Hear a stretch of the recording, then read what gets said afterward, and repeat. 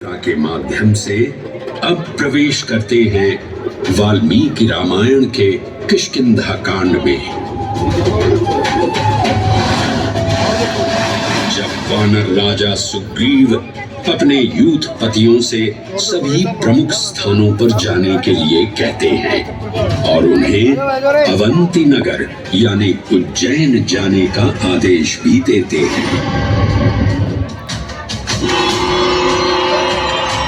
मेखला उत्कल के क्षेत्र, दशर्न के नगर, आब्रवंती, अवंती और विदर्भ के राज्य, साथ ही माहिष्का के आकर्षक राज्य में भी पूरी तरह से खोजना होगा।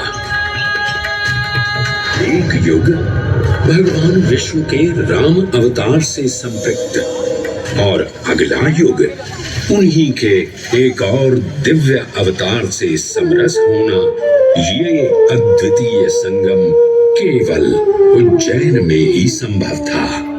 परंतु एक क्षण ठहरिए और ध्यान से सुनिए। ये हैं महाकाल के 1008 दिव्य नाम। हाँ, मैंने काल चक्र को परिवर्तित कर दिया है और अब द्वापर युग का शुभारंभ हो चुका है। विस्मय पूर्ण हो जाएंगे ये जानकर कि महाकाल के इन नामों को स्वयं भगवान श्री कृष्ण ने रचकर पिरोया था। महाकाल सहस्र नामावली की ये अद्भुत रचना उस समय की है जब योगेश्वर कृष्ण, उनके मित्र सुदामा और शेषावतार बलराम ने अवंती नगरी में स्थित सांदीपनी ऋषि के आश्रम में वेदांत दर्शन और शस्त्र विद्या की शिक्षा ग्रहण की थी।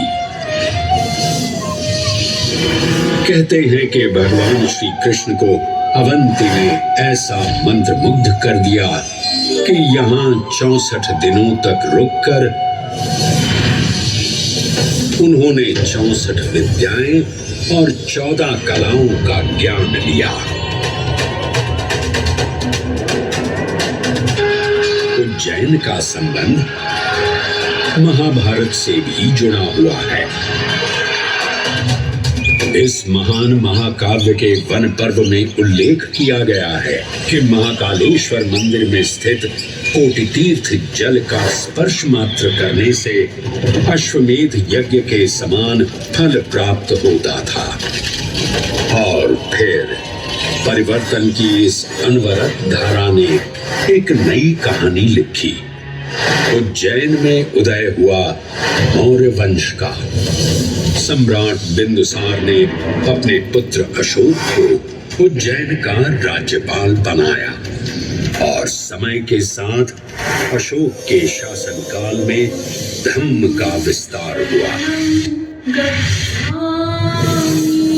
मौर्य वंश के पश्चात विभिन्न राजवंशों, सम्राटों और नरेशों ने उज्जैन की सेवा की। उनमें से प्रमुख मालवागण और फिर गुप्त वंश ने यहाँ राज कर इसके वैभव में वृद्धि की। उज्जैन ने अपने भव्य तेज से जहाँ महात्माओं और शासकों को आकर्षित किया, वहीं इस नगर पर आतताइयों की दृष्टि भी पड़ी।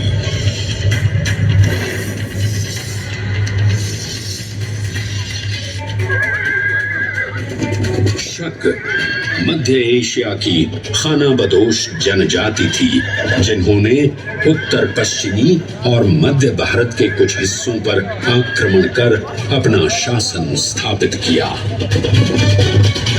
ईसा पूर्व प्रथम शताब्दी में जब भारत शकों के अत्याचार से त्रस्त था, तब उन शकों ने उज्जैन पर भी कब्जा कर लिया और फिर उज्जैन में उदय हुआ